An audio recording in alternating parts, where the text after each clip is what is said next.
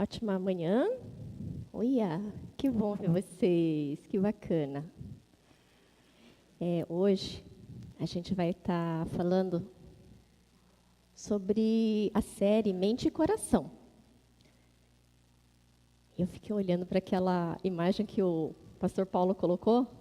Eu falei, uau, difícil manter esse equilíbrio. Eu fiquei imaginando, olha só o que me passou pela cabeça.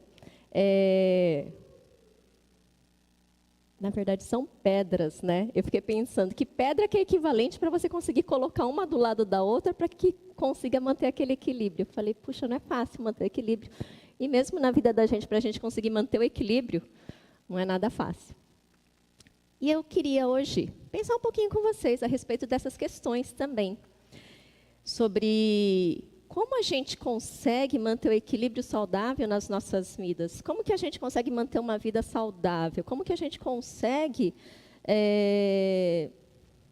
ao longo dos anos que a gente vai passando, manter não só o corpo saudável, mas a nossa alma e o nosso espírito?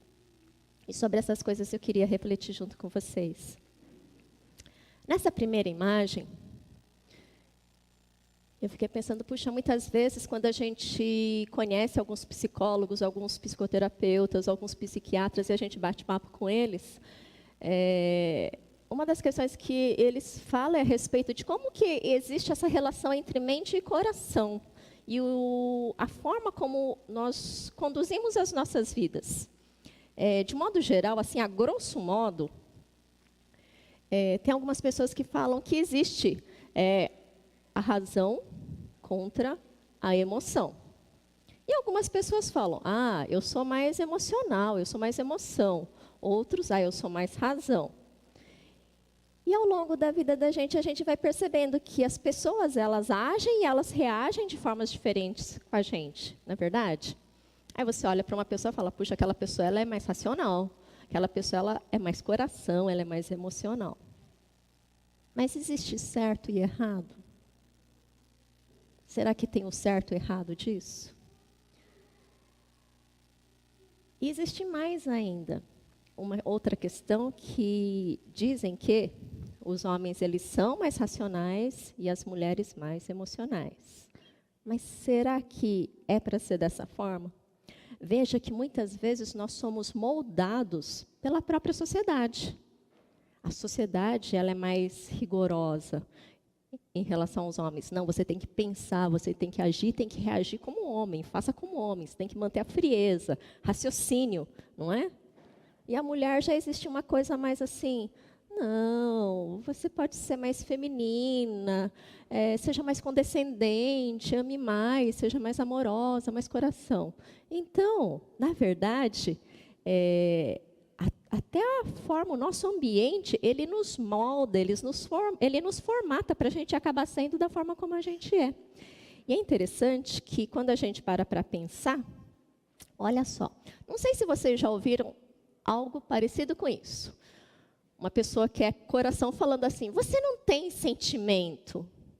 E outra pessoa que é mais mente, mais razão, falando assim, e você não pensa, falando para aquele que é mais emocional. Você já viu? Às vezes, dentro do próprio relacionamento do casal, existe alguma forma assim parecida, né? Não sei se parece já familiar esse tipo de frase, né? Só que, às vezes, a pressão demasiada por longo tempo, ela pode, em relação a essas questões, razão e emoção, ela pode disparar alguns gatilhos, né? Para ansiedade, síndrome do pânico, depressão e fobia social. O que é fobia social? Fobia é medo, né? Social é o medo de você se relacionar com as pessoas, de você estar envolvido com mais pessoas. E é interessante que existem aquelas pessoas que são mais extrovertidas, que elas são mais relacionais, e tem aquelas pessoas que, por outro lado, elas são mais introspectivas. Então, a forma dela ser é mais para dentro. E quando ela necessariamente precisa se expor mais no meio de um ambiente que tenham mais pessoas, o que acontece? Estressa. Então, o nível de ansiedade, de tem que cumprir, eu tenho que fazer, vamos lá, você consegue, vai aumentando. E se a pessoa ela é mais reservada, com o tempo, vai dando uma pane na pessoa. Então, olha que interessante. Até a forma da gente, mesmo no ambiente de trabalho, em qualquer lugar também, se você tem algumas características que é o seu jeitão de ser, e você se expõe de uma forma no mercado de trabalho, por exemplo, isso pode ser estressante. Ao longo do tempo, isso pode vir a trazer alguns problemas, né, dessas ordens aqui. Tem uma questão que eu acho interessante, que ao longo da vida da gente, todas essas questões que envolvem a nossa forma de ser, vão criando cicatrizes. Independente de você ser mais razão, ser mais emoção, ser mais coração ou ser mais mente, todos nós temos coração. Absolutamente todos. E os nossos corações, às vezes eles sofrem os machucados, não é? Ao longo da história da vida de cada um de nós, podem ser perdas, rompimentos, crises de várias ordens. É como se fosse lá um prego que fosse lá colocando no coração da gente. Vai colocando, vai colocando, vai colocando.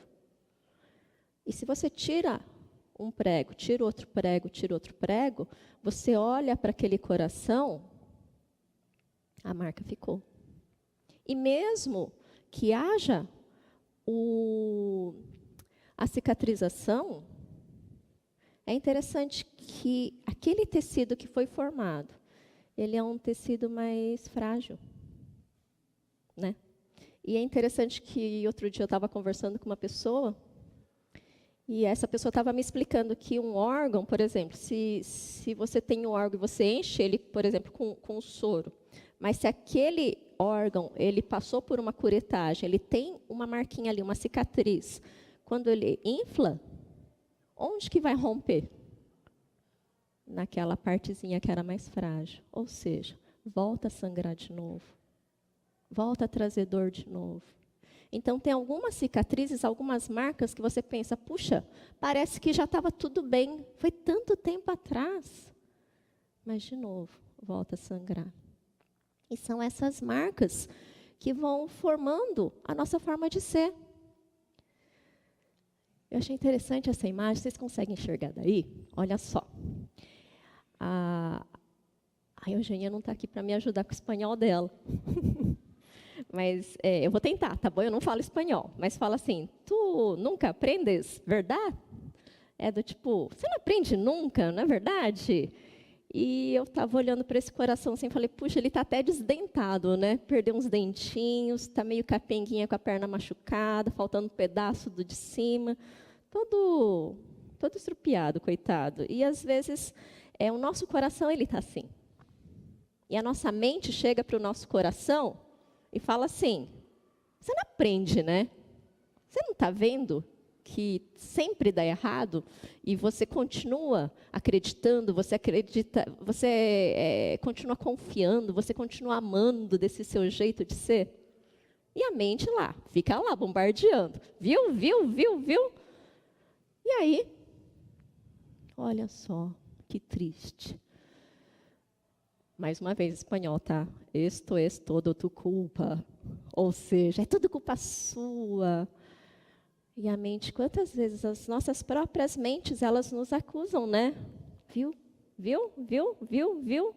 Viu? Viu que você fez de novo e de novo e de novo, porque você tem esse coraçãozão, e você acaba não pensando, e você acaba agindo dessa forma, e você se machuca de novo. E, consequentemente, a nossa tendência qual é? De começar a criar os nossos mecanismos de proteção. E esses mecanismos de proteção são para quê? Justamente para a gente deixar de se ferir, deixar de se machucar. E a gente vai criando uma capinha que vai endurecendo o nosso coração, seja mulher ou seja homem. É interessante que eu trabalho com crianças. E uma das coisas que eu gosto de fazer é fazer umas perguntas. Então, ali é um laboratório bem rico. E eu faço umas perguntas assim para entender como é que funciona o ser humano. E é engraçado que, quando as crianças são menores, a gente pergunta para elas alguma pergunta, e seja para menina ou para menino, sobre questões assim do coração. E as respostas são muito semelhantes. Mas, na medida que eles vão crescendo e eles vão se tornando adolescentes, é engraçado que os meninos, eles tendem a ficar com o coração mais, não pode isso, não pode aquilo. E essa forma da sociedade formar. E aí, o que acontece? O homem, ele vai tendo a tendência de ir mais para o lado da razão. E, às vezes, isso vai contra aquilo que, na realidade, ele é. A forma dele ser, a forma dele agir. E o nível de estresse dele vai aumentando também. Olha que interessante. E, passado o tempo, a gente cresce, né? A gente se torna um adulto. E aí vem alguém e pergunta para a gente assim: como vai? E às vezes a gente tem essa tendência de colocar uma máscara, de colocar uma capa. E falar, como vai?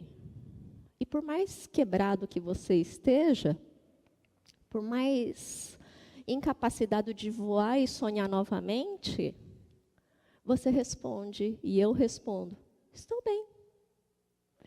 Mas eu não sei se vocês conseguem enxergar ali. O bem, o estou bem, ele é formado por algumas palavras. E eu vou ler para vocês. Estou bem acabado, estou bem perdido, estou bem machucado, sozinho, triste, iludido, rejeitado, decepcionado, agoniado, desanimado, depressivo, quebrado, estranho, insatisfeito. E às vezes, na realidade, na nossa essência, esse estou bem são justamente essas palavras. Eu estou bem assim, dessa forma de ser. Mas a resposta padrão, eu estou bem, obrigado. E ainda fala obrigado, né? Para ser educado. Porque é politicamente correto. Claro que você não vai sair por aí falando de todas as questões mais profundas para todo mundo. É importante que você tenha pessoas específicas, pessoas certas para quem você vai contar das suas dores, das suas dificuldades, pessoas que você entenda que é um ambiente seguro para você compartilhar essas coisas. Mas precisa ter esse ambiente seguro para você compartilhar essas coisas. É terapêutico. E quando a gente passa por esse estou bem, e a gente entra nessa série mente e coração, a gente fica pensando, puxa, será que a gente pode ser simplista ao ponto de falar, eu vou ligar e desligar, vou dar um on e um off na mente e no coração? É possível isso? Será que é tão fácil assim? Não. Não é tão fácil assim, não é tão simples assim. Não dá para a gente ser tão simplista e tão ingênuo ao ponto da gente acreditar que seja possível que a gente ligue e desligue um botão para que a gente compreenda que seja dessa forma. E mais uma vez, a mente e o coração continuam brigando entre eles. A mente grita, manipulador! E o coração grita, egoísta! E a gente fica naquele, puxa, e agora, né? Como que eu vou agir? Como é que eu faço? Eu não sei o que fazer, eu estou angustiado. E isso vai gerando angústia. E ansiedade para uma depressão é um pulo. E olha só, e a depressão vai lá e se instaura. Só que a depressão, ela é muito estigmatizada, né? Às vezes a depressão, ela, um tempo atrás, era vista como frescura. Mas eu quero te dizer que não. Depressão não é frescura. Tem alguns preconceitos que existem. E eu não sei se alguma vez você já se sentiu dessa forma. Mas, apontado, né? mas depressão não é frescura, depressão não é falta de Deus no coração, depressão não é falta de fé, oração ou leitura da Bíblia. Depressão é uma doença e ela requer tratamento físico, emocional e espiritual, ou seja, são os cuidados do corpo, da alma e do espírito. E 75% das pessoas com depressão nunca foram tratadas adequadamente, segundo a Organização Mundial da Saúde. Se você quiser saber sobre mais essas questões, o pastor Paulo, na primeira semana dessa série do mês, ele pregou sobre esse slide, é daquela pregação. Então, volta lá, tem no YouTube, aí vocês voltam lá e vocês ouvem. Que tem mais algumas informações falando sobre a depressão, mais especificamente. Mas é interessante que muitas vezes a gente sente que é possível sair dessa depressão sozinho, mas eu quero te dizer que não. Não é possível. Na realidade, a gente precisa identificar qual é a raiz do problema. Se a raiz do problema for de ordem espiritual, se eu orar, com certeza, ali vai ter um tratamento de Deus que ele vai na hora. Ele pode te curar na hora. Não tenho dúvida nenhuma sobre o poder de Deus. Deus pode fazer em todos os casos? Pode. Mas Deus pode trabalhar de várias formas. E muitas vezes, Deus deu capacidade aos homens para que eles estudassem, para que eles se especializassem, para que eles tivessem ferramentas, que eles tivessem conhecimento para poder entrar com medicação, para entrar com terapia, para entrar com alguma forma para esse auxílio, porque na realidade, quando acontece a depressão, existe uma questão de falha de comunicação entre os neurônios. Antigamente, quando eu estudava, eu achava que ele era conectado, os neurônios, quando eles conversavam, são vários neurônios aqui, são vários, assim, ele tem duas perninhas, dos dois lados, assim. Só que aí, eu achava que ele era grudadinho, mas não, tem um espaço entre eles. E nesse espaço que existe entre eles, existem os neurotransmissores, que passeiam aqui no meio, e aí, eles que fazem essa conexão. E se falta? O que acontece? A gente tem que suprir essa falta. E o que vai acontecer com a medicação? Vai suprir essa falta. Por isso que precisa de medicação às vezes? Sim, porque é químico. Puxa, então a gente pode tomar medicação? Pode. Tem problema? Desde que você procure um especialista adequado, que seja uma pessoa que tenha conhecimento, que saiba das consequências, que não torne isso algo que te tire do prumo e te coloque numa posição de dependência extrema? Claro, com certeza. Mas procura um especialista que conheça, que saiba o que gera dependência também. Porque viver o resto da vida dependente desses medicamentos também não é fácil.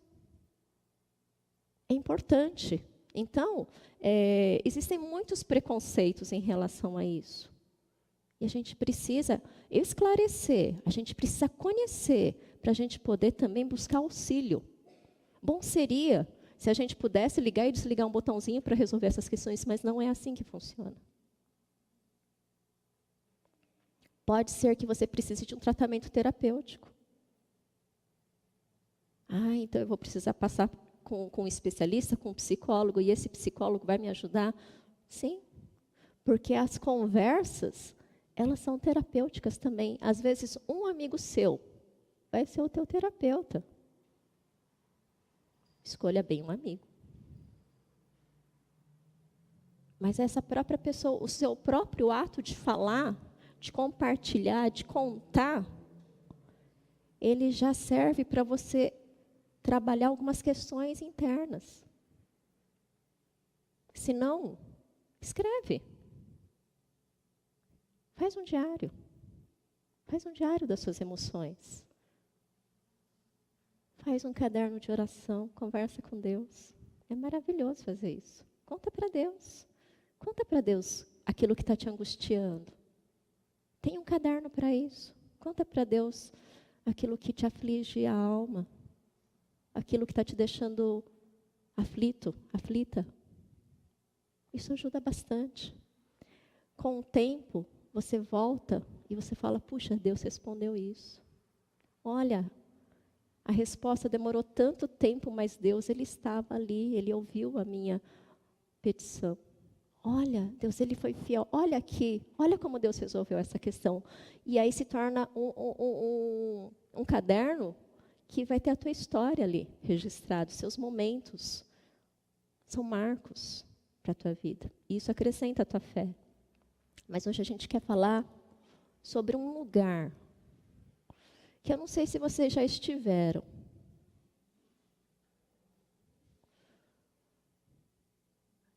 É um lugar onde Elias, ele passou. Elias, ele foi um profeta de Deus, mas ele era o profeta de Deus. Aquele cara que conversava com Deus, aquele que ouvia a voz de Deus. E ele teve encontro. Elias teve encontro com Deus onde? Na caverna. Então eu queria falar um pouquinho sobre isso. Vocês trouxeram sua Bíblia? Se vocês trouxeram, pode ser um app também. Queria que vocês abrissem 1 Reis, capítulo 19.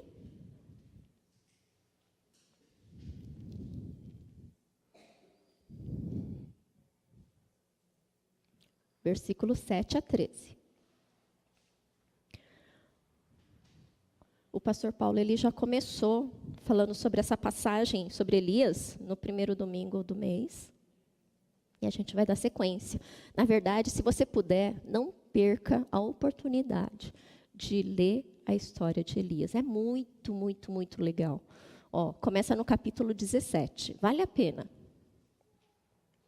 Aqui em 1 Reis 19, capítulo 19, versículo 7, diz assim: O anjo do Senhor, Deus, voltou e tocou nele pela segunda vez, dizendo: Levante-se e coma, senão você não aguentará a viagem.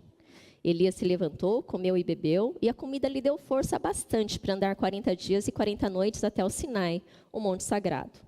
Ali, ele entrou numa caverna para passar a noite. De repente, o Senhor Deus lhe perguntou: O que você está fazendo aqui, Elias? Ele respondeu: Ó Senhor Deus Todo-Poderoso, eu sempre tenho servido a ti e só a ti. Mas o povo de Israel quebrou a sua aliança contigo, derrubou os seus altares e matou todos os teus profetas. Eu sou o único que sobrou e eles estão querendo me matar.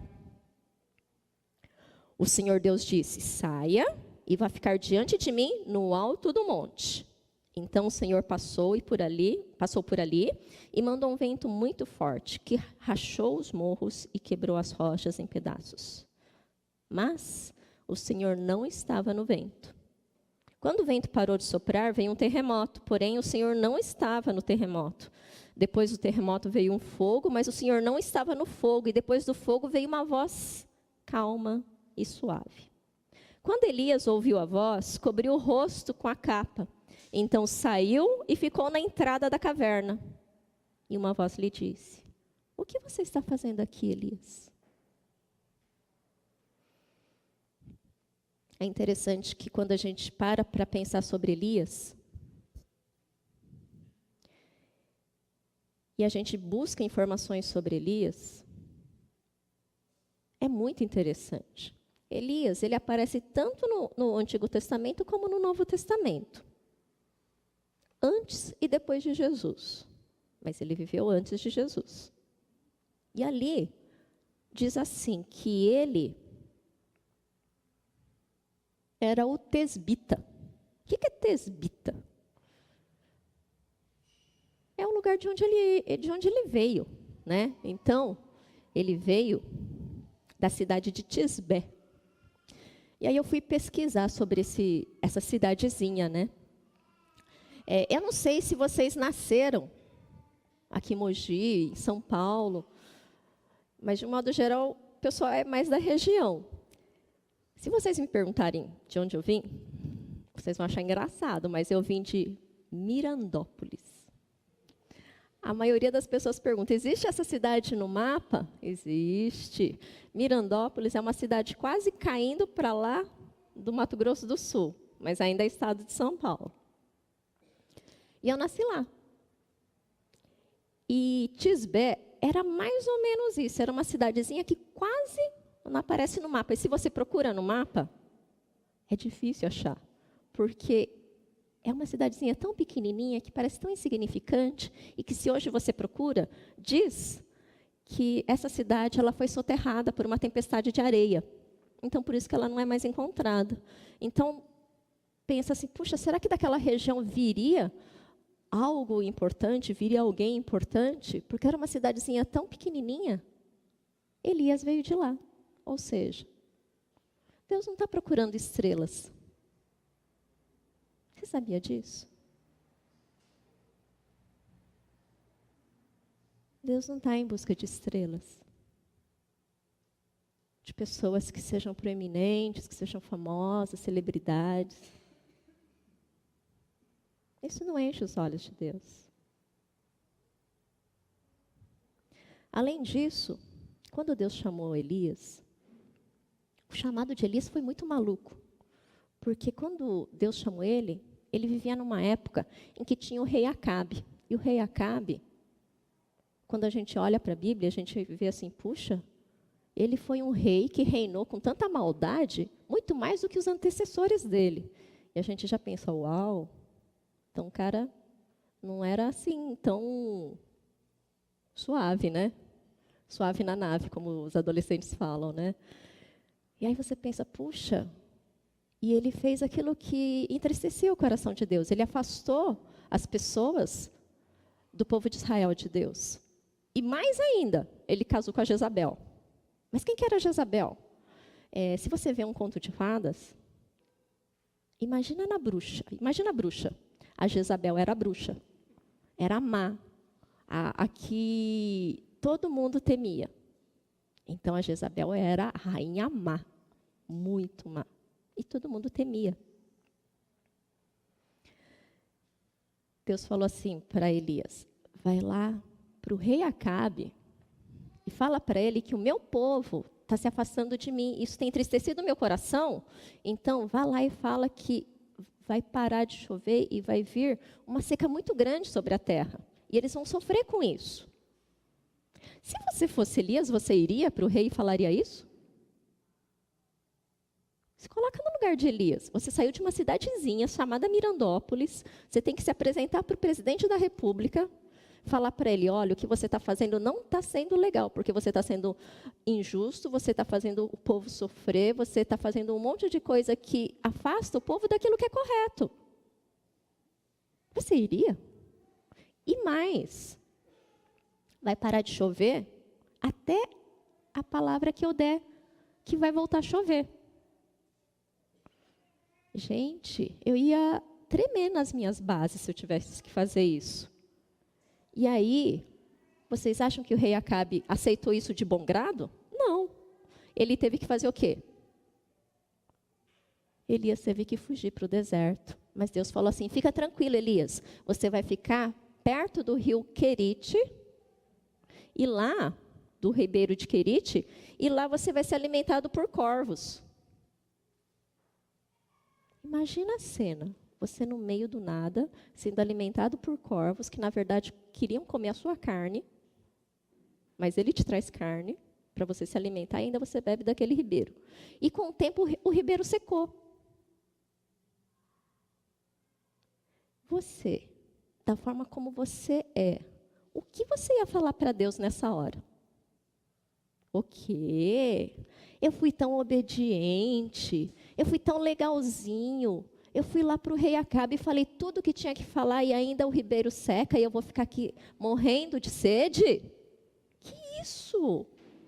Deus, eu estou sofrendo, acabou a água. Aí Deus falou assim, olha, você vai até a viúva e ela vai te sustentar. Ela tem um filho, você vai ficar lá, fica na casa dela. Se fosse o inverso, se Deus tivesse falado, Elias, você vai sustentar a viúva, aí beleza. Mas era o contrário. Imagina você, homem, sendo sustentado pela viúva, morando na casa dela, Quando você chega na casa dela, você pede para ela preparar um pão, ela falando, eu só tenho um pouquinho de farinha, um pouquinho de azeite, só vou fazer um pouquinho de comida para o meu filho e para mim, e depois a gente vai morrer de fome. Naquela época, as viúvas, elas eram aquelas pessoas muito simples, que era o inverso. Elas tinham que ser cuidadas, não elas iam cuidar de alguém. Era o inverso. E na situação de Elias, ele teve que se submeter àquela situação. E quando ele foi lá, ele falou, olha, não vai faltar farinha, não vai faltar azeite, prepara, você vai ver. E ele passou um período lá. Depois que passou esse período, sabe o que aconteceu? O filho morreu.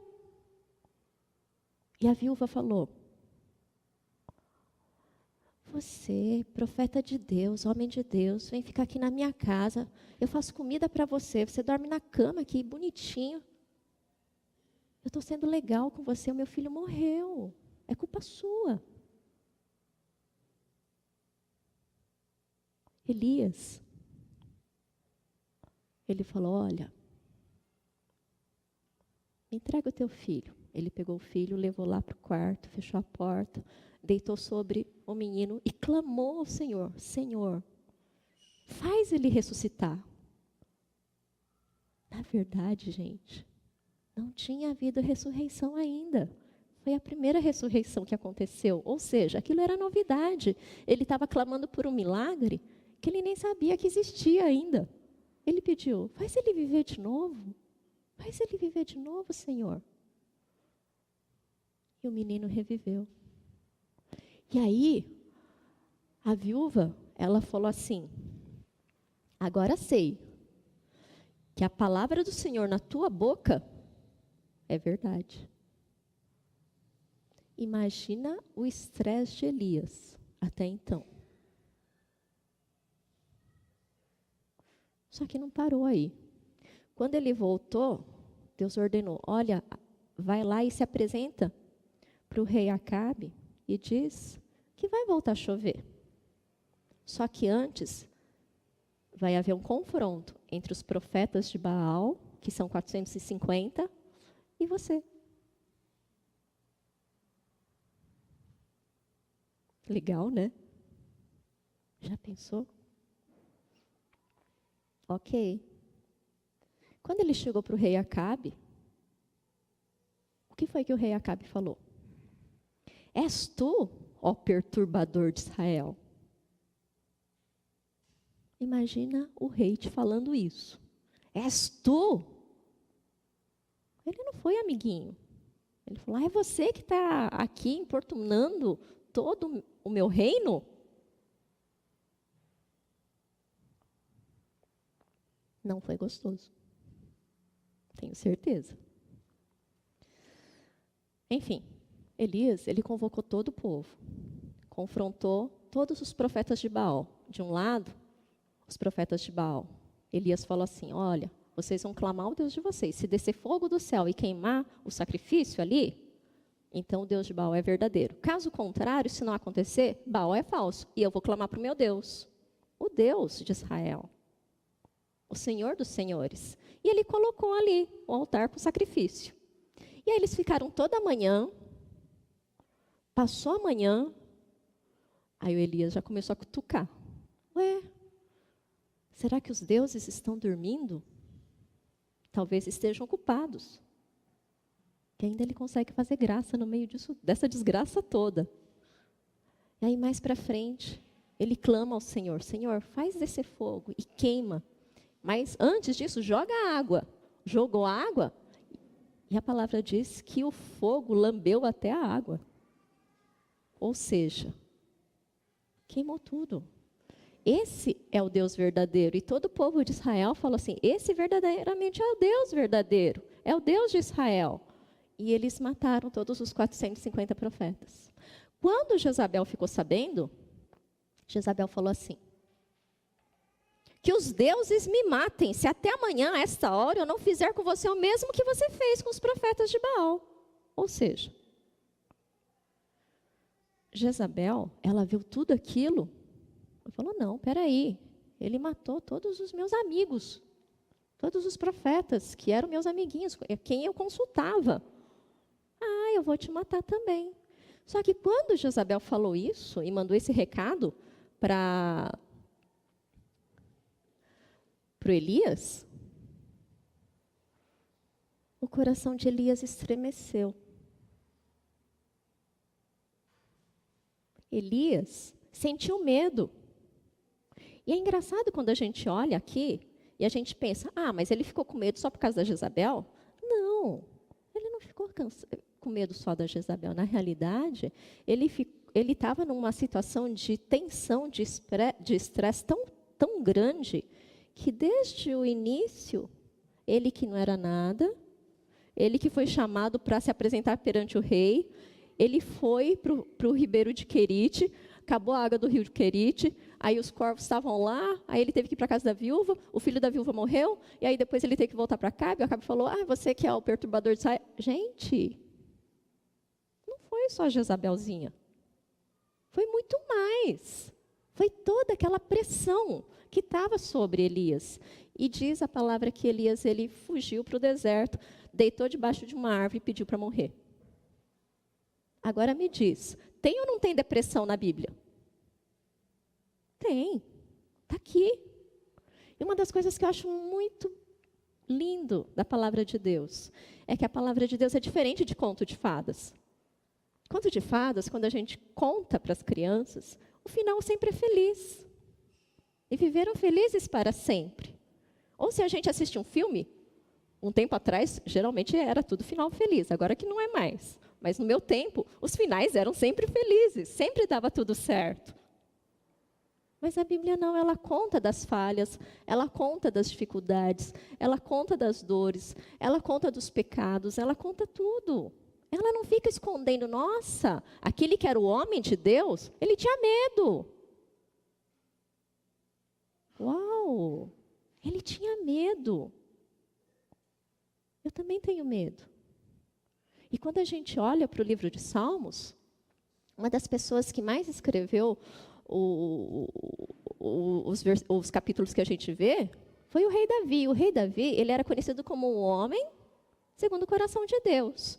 Mas se você olha, você fala, caramba, Davi, ele era depressivo, porque ele fica falando, Deus, me salva, porque não sei o quê, nananã. Aparece direto. E quando a gente vê Moisés ele era melancólico.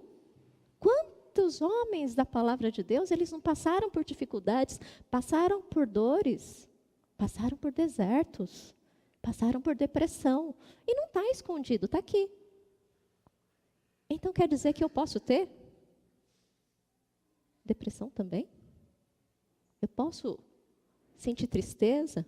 Eu posso me sentir angustiado? Eu posso me sentir estressado? Você é humano, assim como os homens da palavra de Deus. E aqui diz que, em Tiago, que já é o Novo Testamento, diz assim, Elias era um homem sujeito às mesmas paixões que nós, e orou com fervor para que não chovesse, e por 3 anos e 6 meses não choveu sobre a terra. Era o mesmo homem com as mesmas paixões como nós. Uau!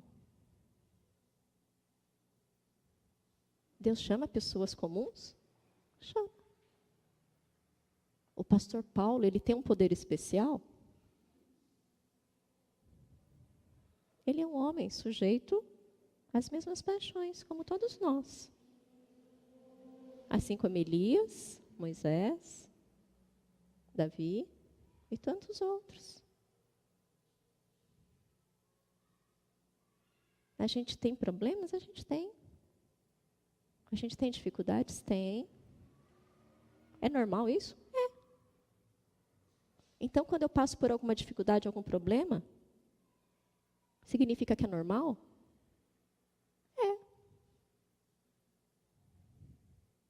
Quer dizer que nem sempre eu estou em pecado? Às vezes não. Pode ser que sim. Mas não necessariamente. Se alguma coisa ruim me acontece, sucessivamente, desgraça após desgraça, é porque eu estou com alguma pendência na minha vida? Não necessariamente. Mas olha que interessante. Elias, ele clamou a Deus para que não chovesse e não choveu. Pediu para descer fogo do céu e desceu. Vocês já fizeram isso? Não? Eu também não. Mas, ao mesmo tempo, Elias, ele deitou debaixo da árvore e falou, Deus, eu não estou aguentando mais. Você já fez isso? É mais fácil dizer que sim, né? E Elias foi para a caverna. A caverna necessariamente não é a caverna, entende? Mas é o teu lugar seguro, o teu esconderijo. É o lugar que você se isola. É o lugar que você deixa de estar com as pessoas. É o teu lugar que você fala, não, para mim chega. Estou cansado, acabou. Já deu. E, na verdade, foi assim. Elias, ele cansou. Ele falou, ai, Deus, cansei, me tira a vida, porque está ruim do jeito que está. E Deus, ele deu descanso. Olha só como Deus trata com zelo. Deus, ele deixou Elias dormir. Ele preparou um assadinho do lado dele para ele comer quentinho. Ele comeu comida quente no meio do deserto, no meio do nada, cheio de cobra peçonhenta, escorpião. Ele comeu uma coisa quentinha, bebeu água e dormiu de novo. Aí o anjo dele veio assim e falou, oi, Elias, vamos de novo? Agora você acorda, come de novo, porque a viagem vai ser longa. E diz a palavra que ele comeu, bebeu, e ele teve forças para se levantar e caminhar mais 40 dias e 40 noites. Uau! Uau! A história de Elias, gente, é impressionante. Mas olha o perigo. Existe um risco na caverna. A caverna, ela pode ser um lugar de solidão, de isolamento. Mas, quando a solidão é uma separação voluntária, eu quero, para refinar minha alma, ok. Só que quando a caverna é um lugar de isolamento, quando é aquilo que você mais deseja quando você despreza a solidão, opa, aí o negócio já está ficando esquisito. A gente está lendo um livro que se chama Andando com Tanque Vazio. A gente recomenda esse livro. É interessante que nesse livro o pastor Wayne Cordeiro, ele entrou num processo de depressão também. Ele é um pastor americano, ele mora no Havaí, né? Ele é pastor de Havaí, do Havaí, acho que tem 490 mil membros, alguma coisa assim, gente. O pastor Paulo, ele colocou no slide dele, depois vocês procuram lá. E é interessante aquilo que ele fala. Teve um momento que ele teve que se isolar. Ele teve que ir para a caverna dele, só que ele foi para um mosteiro. Olha só. É um pouco difícil descrever aqueles dias no mosteiro. Era como olhar no espelho e ser apresentado a mim mesmo pela primeira vez, depois de vários anos. E aquilo que eu havia me tornado.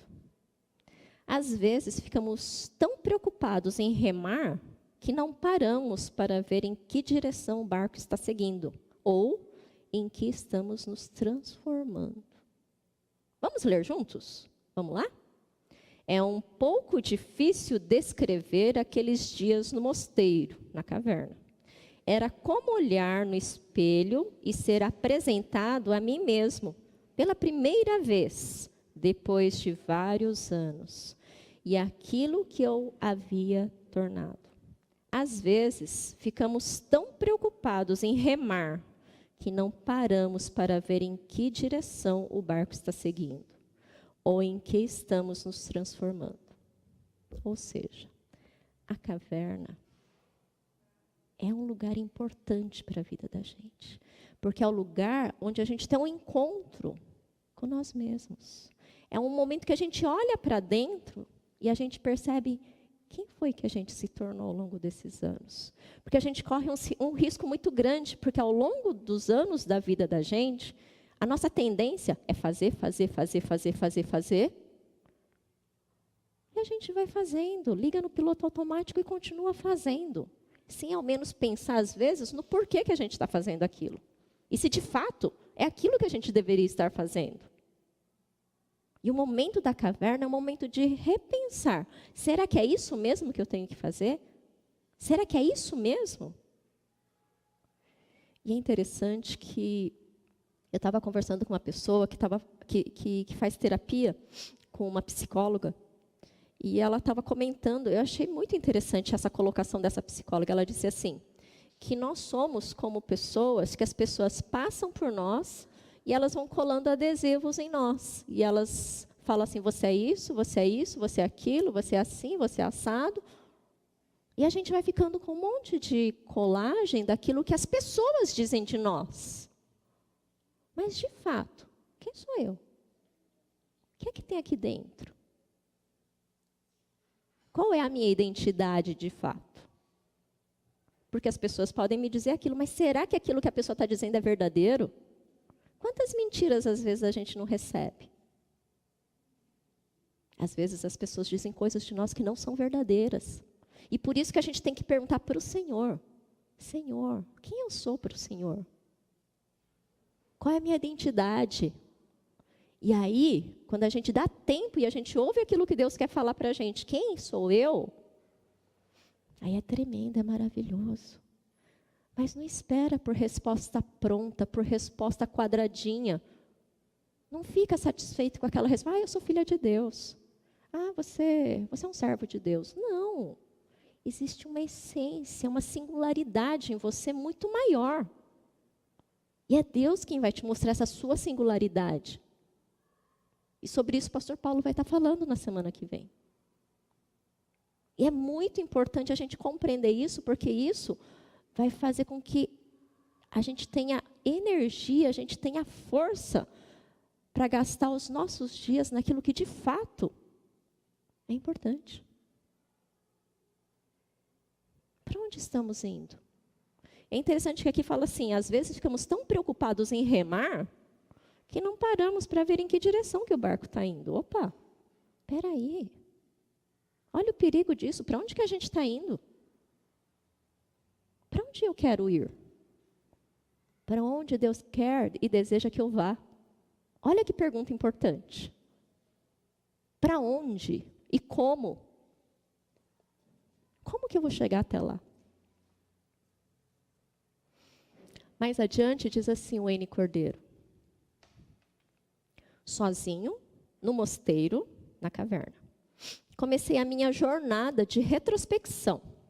Deus trouxe à tona medos pessoais e falsas pressuposições que aceitara como verdadeiros havia muitos anos. Não eram necessariamente pecados em minha vida, mas seus efeitos pareciam igualmente destrutivos. De novo. Sozinho no mosteiro, comecei a minha jornada de retrospecção. Deus trouxe à tona medos pessoais e falsas pressuposições que aceitara como verdadeiros havia muitos anos. E não eram necessariamente pecados em minha vida, mas seus efeitos pareciam igualmente destrutivos.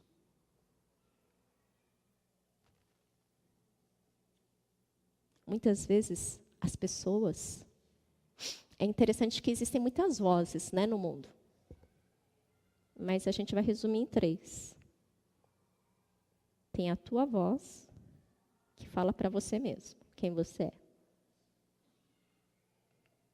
Tem a voz de Deus, que fala quem você é. E tem a voz do inimigo, Satanás, que diz quem você é. E é interessante que... Por que a gente está falando de mente e coração? Porque às vezes a gente recebe algo na nossa mente, uma informação na nossa mente, e é aqui no nível da mente que a gente vai bloquear para não descer para o coração. Entende? É a minha mente que vai fazer a filtragem. Verdade, mentira. Serve, não serve. Serve, não serve. Verdade, mentira. E você vai procurar na palavra aquilo que é verdadeiro.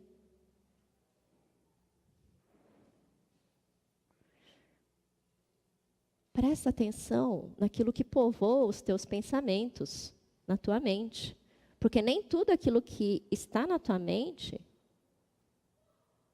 é aquilo que Deus gostaria que estivesse. Vigia. O que está na tua mente? Às vezes são palavras de destruição, porque o inimigo ele vem para roubar, para matar e para destruir. Hoje de manhã eu estava orando. E achei estranho. Porque me veio uma impressão ruim. E falei, Deus, fala comigo.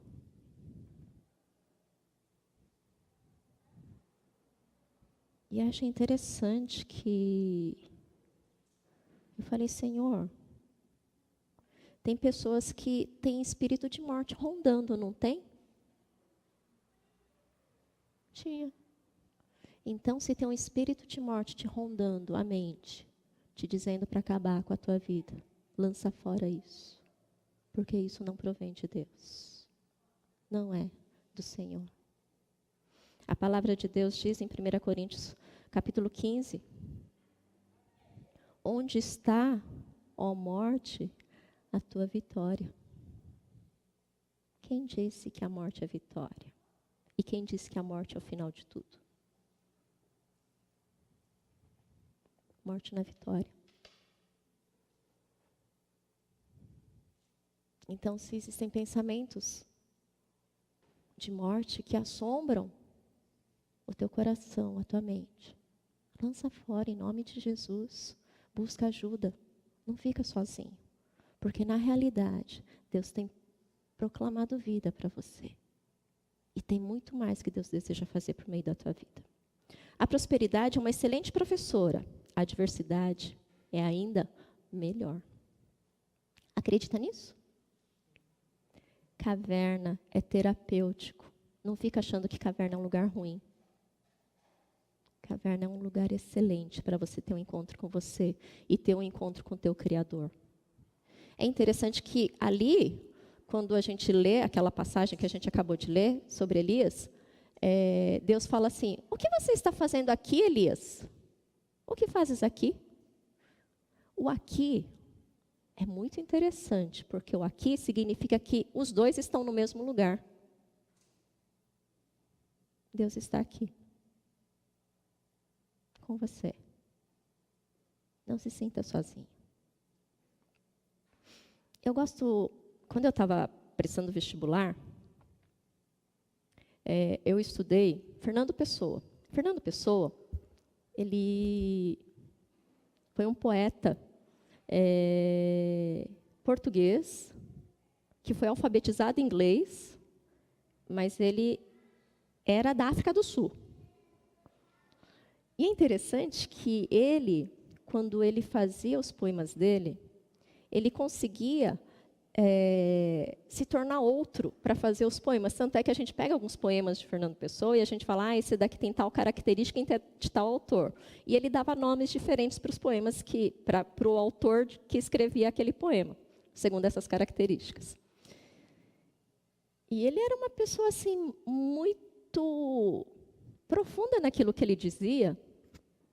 E é interessante que Fernando Pessoa, por mais que tivesse se tornado uma pessoa assim tão proeminente, né, até hoje, nos dias de hoje, vocês sabiam que ele repetiu de ano? Vocês sabiam que ele deixou a escola? Vocês sabiam que ele tentou cursar letras e não conseguiu, ele abandonou o curso de letras no primeiro ano? Eu falei, puxa Deus. Então, até as pessoas que aparentemente tinham tudo para dar certo, elas também dão errado às vezes? Dão. Uau! E ele se tornou a pessoa que ele se tornou? Sim. E eu gosto muito desse poema, que fala assim, mar português. Ó mar salgado, quanto do teu sal são lágrimas de Portugal.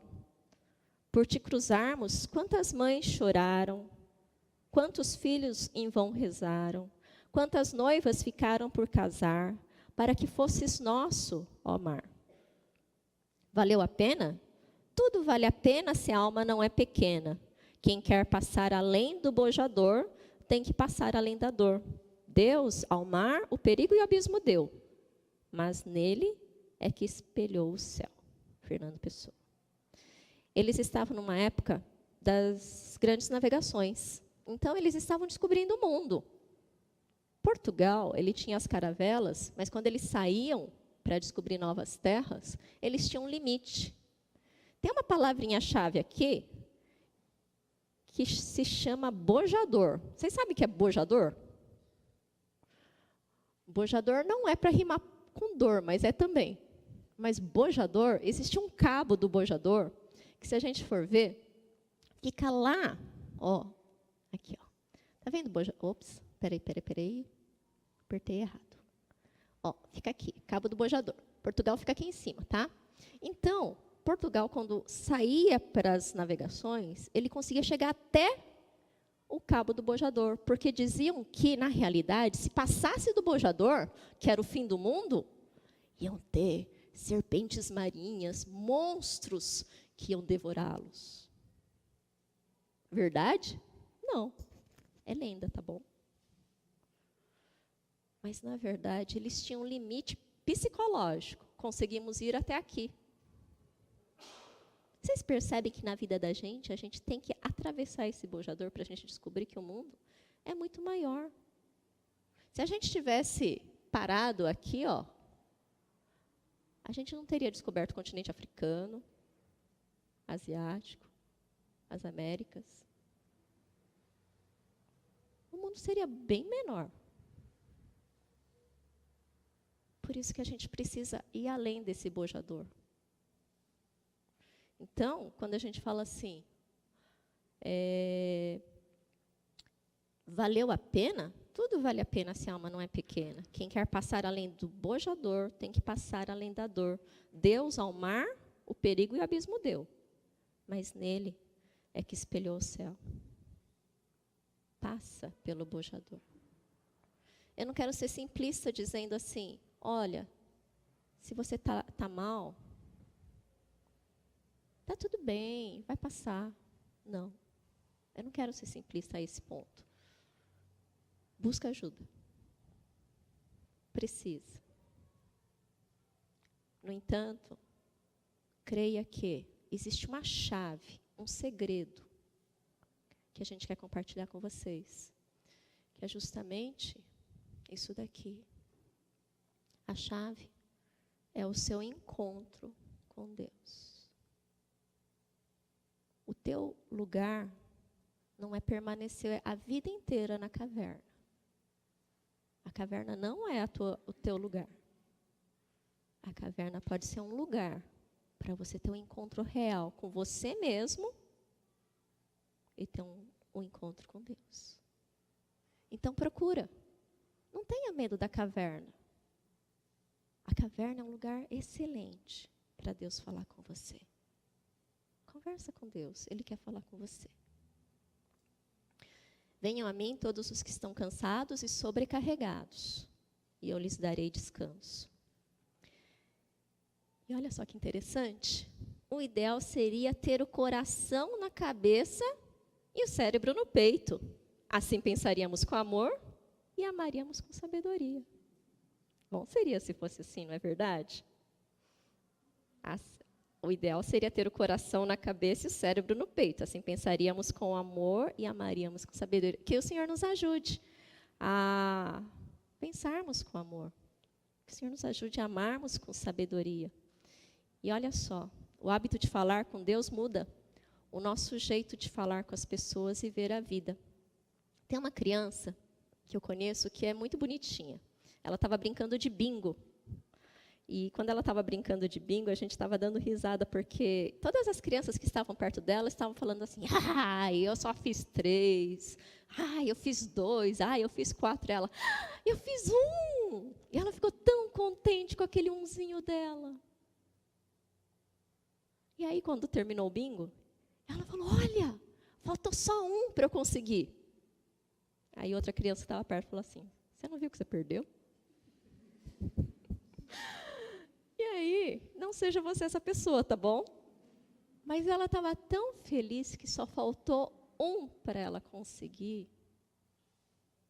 E eu pensei, puxa, que criança linda, né? Que o Senhor nos ajude a sermos como uma criança que pensa dessa forma. Que fala, puxa, eu tenho 1, consegui 1. Puxa, faltou 1.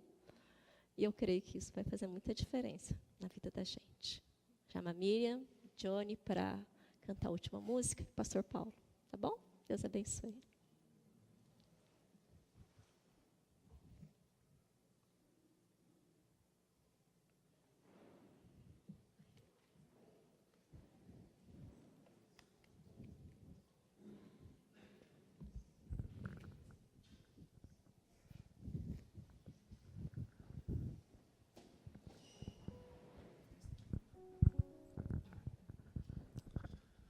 O Johnny e a Miriam, eles vão ministrar uma música.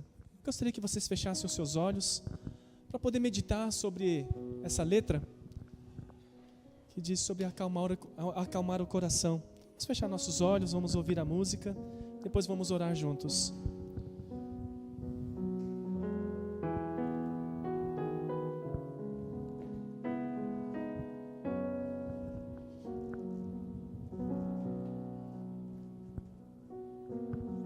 Não quero interromper o teu silêncio, ó Pai, mas é só orando que eu encontro paz. O vento da aflição quer apagar a chama da minha adoração. O mundo é um oceano, minha carne é um furacão, minha vida é um barquinho buscando direção. Descansa minha alma e acalma a tempestade que agita o meu coração. Acalma o meu coração, acalma o meu coração.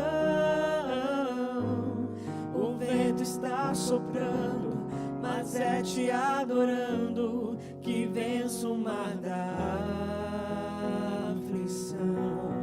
Acalma o meu coração, acalma o meu coração. Só venço esse mundo se for em tua presença. Acalma o meu coração. O barulho do mar vem pra me confundir. Ó Pai, não deixa as ondas minha fé diminuir. Perdoa se pensei que em meio ao teu silêncio não estivesse aqui. Viver na superfície sem poder respirar é o mesmo que morrer por não te adorar. És meu oxigênio, Senhor, sem tua presença minha fé vai naufragar. Acalma o meu coração, acalma o meu coração. O vento está soprando, mas é te adorando que venço o mar da aflição. Acalma o meu coração, acalma o meu coração. Só venço esse mundo se for em tua presença. Só venço essas dores se for em tua presença. Só venço a iniquidade se for em tua presença. Só venço a falsidade se for em tua presença. Só venço o inferno se for em tua presença. Acalma o meu coração.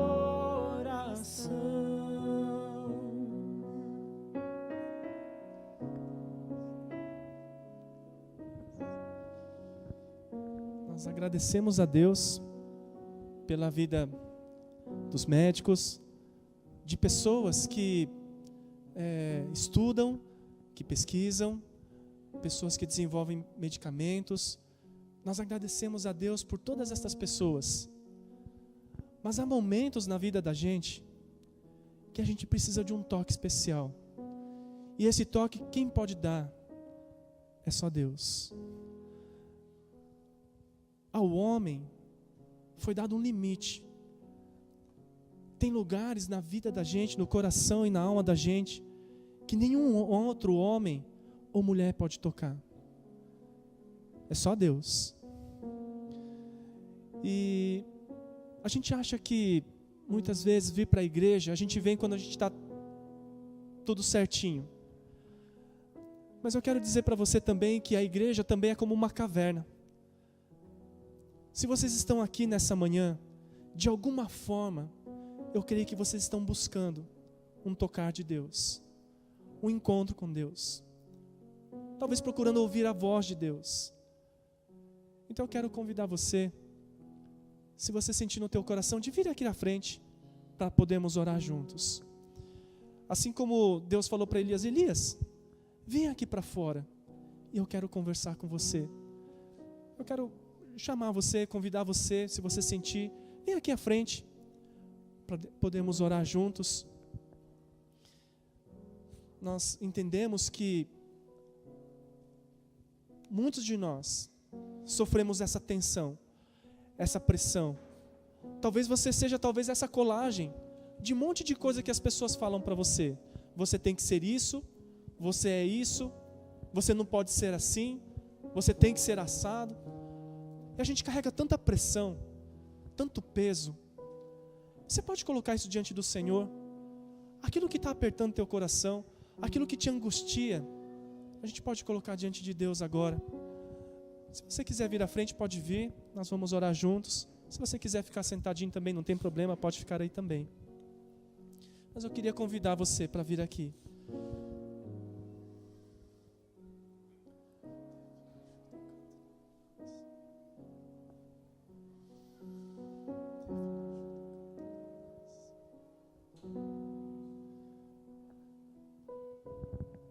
Assim como Elias, talvez você esteja ouvindo muitas vozes.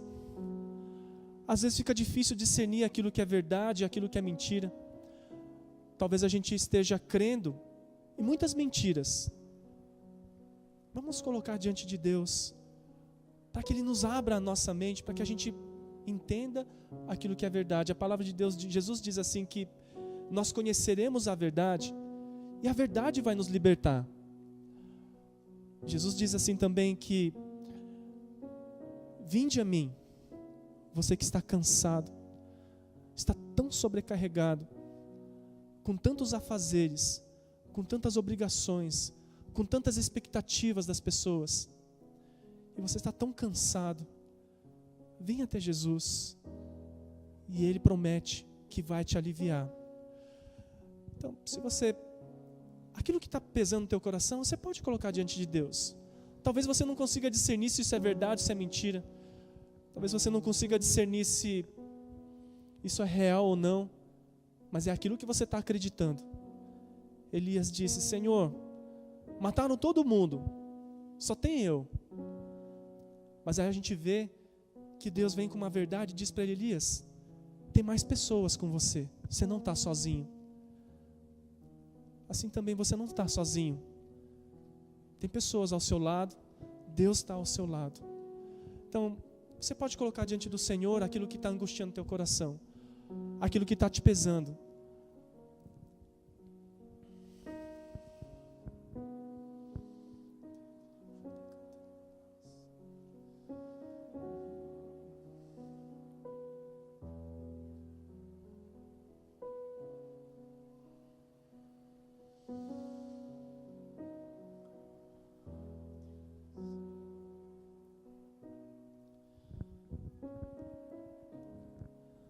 Senhor Deus, queremos te engrandecer, agradecer, porque todos nós aqui, Senhor Deus, somos normais, todos nós. Cada um aqui, Senhor Deus, tem a sua dor, tem a sua angústia. Alguns se sentem muito sozinhos. Alguns, Senhor Deus, não conseguem se perdoar. Se cobram todos os dias por algo que deveria ter feito e não fez. Ou algo que fez e não deveria ter feito. Alguns, Senhor Deus, não conseguem perdoar o outro. E o Senhor sabe como é difícil perdoar alguém, Senhor Deus, que nos feriu. Perdoar alguém, Senhor Deus, que nos lesou. Perdoar alguém, Senhor Deus, que tirou aquilo que era nosso e levou embora. Perdoar alguém, Senhor Deus, que deveria estar presente nas nossas vidas e nunca esteve. Perdoar, Senhor Deus, aqueles que falaram palavras duras que não eram verdade. Como é difícil também, Senhor Deus, pedir perdão. Como é difícil, Senhor Deus, talvez às vezes aceitar a ajuda de outras pessoas. Como é difícil, Senhor Deus, ouvir tantas vozes que a gente ouve nesse mundo e tentar agradar as pessoas, a expectativa das pessoas. Senhor Deus, o Senhor sabe que por trás da nossa vida aparente, que as pessoas enxergam, existe, Senhor Deus, dentro de nós uma alma quebrada, pensamentos que a gente, de conflitos, coisas que a gente procura esconder, porque a gente não quer mostrar para as pessoas nossas fragilidades. E a gente pode fazer isso diante do Senhor. Então, Senhor Deus, cada um aqui está colocando diante de Ti, Senhor Deus, as dificuldades, as lutas, as dores, vontade de morrer, vontade de fugir, vontade de deixar tudo, vontade que a nossa mente diz, você é louco, mas o nosso coração, Senhor Deus, quer essa loucura. Deus, ajuda-nos nesse momento. Muitos terapeutas nos ajudam a identificar o problema, e eles nos ajudam a tentar resolver esse problema. Mas tem momentos e horas na nossa vida, Senhor Deus, que a gente não encontra forças, nem para levantar, Senhor Deus, nem para acordar, nem para poder trabalhar no dia seguinte. A gente não encontra forças para poder abraçar as pessoas que mais amamos. Nós não encontramos forças para orar, nós não temos vontade de ler a Bíblia, nós não temos vontade nem para ir para a tua casa, nem encontrar com ninguém. Isso é o que nós vivemos, ó Deus. E a nossa oração, ó Deus, é que o Senhor venha pessoalmente na vida de cada um aqui nessa manhã. E daqueles que não estão aqui, talvez estejam assistindo agora. Mas toca, Senhor Deus, e transforma-nos. Cura-nos. Tira, Senhor Deus, de nós todo esse peso que só o Senhor pode tirar. Os medicamentos ajudam, a terapia ajuda, os médicos ajudam, os amigos ajudam, mas tem horas, Senhor Deus, que nós precisamos do Senhor tocando em nós. É a nossa oração e o nosso clamor diante da Tua presença. Senhor Deus, as mentiras que permeiam as nossas mentes, todas essas mentiras caiam por terra agora, em nome de Jesus. Toda a opressão, todo engano que o inimigo tem colocado sobre todos nós, caia por terra em nome de Jesus. E que a gente ouça, Senhor Deus, a Tua doce voz, falando para cada um de nós aquilo que é verdadeiro e aquilo que não é. É o nosso clamor diante do Senhor. Nós não temos força e nem capacidade humana, Senhor Deus, para fazer qualquer coisa, mas o Senhor pode. E a nossa oração é que o Senhor faça isso nessa manhã hoje, Senhor Deus, nas nossas vidas. Assim nós oramos e agradecemos em nome de Jesus. Amém, Senhor Deus. Todo mundo pode ficar de pé? Podemos cantar mais uma vez juntos? Vamos cantar juntos essa música? Pedir para que Deus venha acalmar o nosso coração. Não quero interromper o Teu silêncio, ó Pai, mas é só orando que eu encontro paz. Um vento da aflição quer apagar a chama da minha adoração. O mundo é um oceano, minha carne é um furacão, minha vida é um barquinho buscando direção. Descansa em minha alma e acalma a tempestade.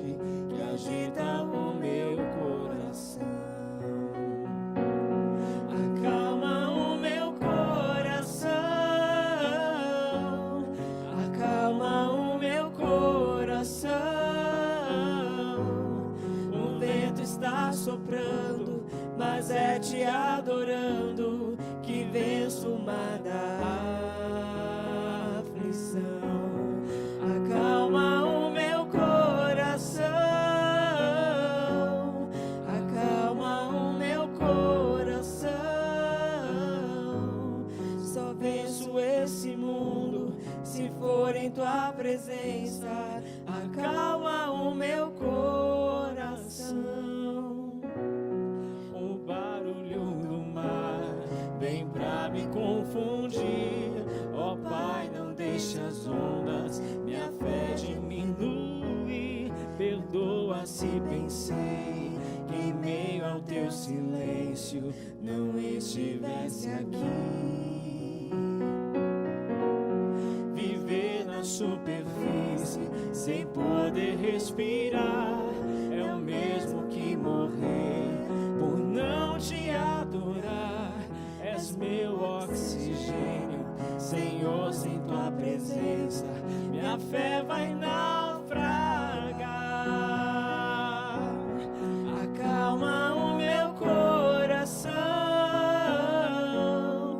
acalma o meu coração. O vento está soprando, mas é te adorando que venço o mar da aflição. Acalma o meu coração, acalma o meu coração. Só venço esse mundo se for em tua presença. Acalma o meu coração.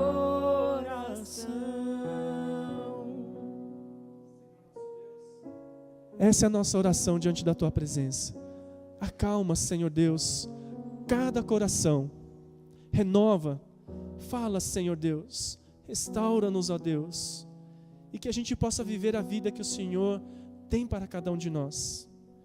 Que a graça maravilhosa do nosso Senhor e Salvador Jesus, que o amor do nosso Deus e o nosso Pai, e que a presença, o consolo, a paz do Teu Santo Espírito esteja com cada um de nós, hoje, na vida dos nossos queridos e todos os dias das nossas vidas. Assim nós oramos e agradecemos em nome do Pai, do Filho e do Espírito Santo. Amém, Senhor Deus. Amém. Amém. Pode se assentar. Que Deus abençoe a cada um de vocês. Tenha uma ótima semana. Só os avisos.